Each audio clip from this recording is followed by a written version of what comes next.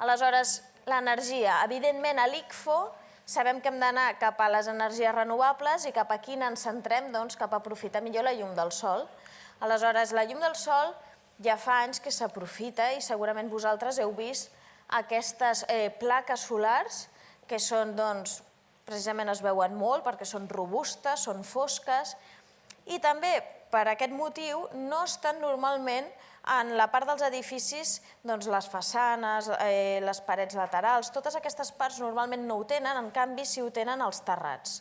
Que algú pot pensar, home, perquè és on hi havia, on arriba la major part de radiació solar, i és cert.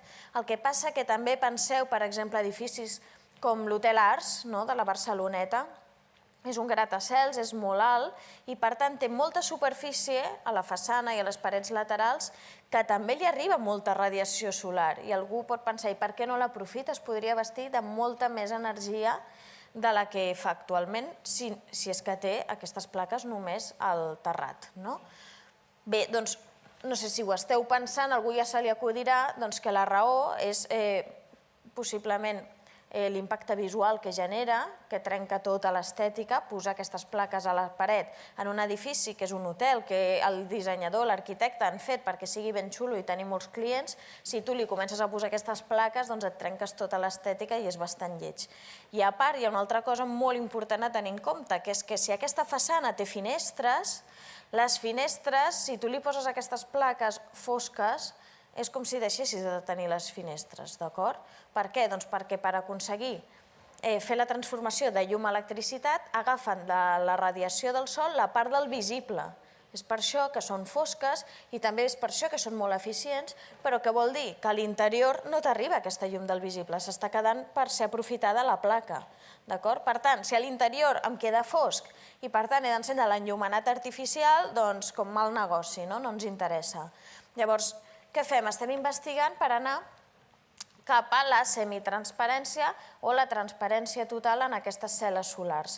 Per què? Doncs perquè tindríem com finestres intel·ligents, finestres que aprofitarien una part de la radiació solar que no és la del visible per fer la conversió de llum a electricitat i la del visible sí que podria entrar a l'interior.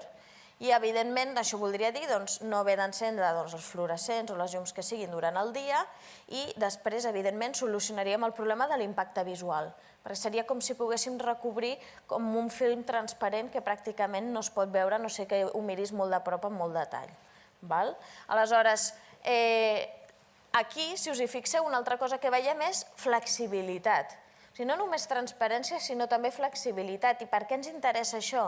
Doncs perquè gràcies a la flexibilitat hi ha moltes propietats addicionals, com poder posar aquestes cel·les en superfícies ovalades, com una torre Akbar, que digués ara m'interessa recobrir això de cel·les solars flexibles per poder vestir-me d'energia. I no només això, són imprimibles i això, que algú pot pensar quina tonteria, doncs és clau perquè vol dir que el seu sistema de producció és econòmic. Seria com imprimir les fulles dels papers de diari en un sistema que es diu de rotlles, roll to roll, i això abaratiria molt el cost de producció que tenen actualment. No tots són avantatges, és cert que aquestes són una mica menys eficients que les altres, s'està treballant per solventar el problema de l'eficiència, però també creiem que això quedaria compensat pel fet que aquestes les pots implementar en molta més part, en molta més superfície que no pas les altres.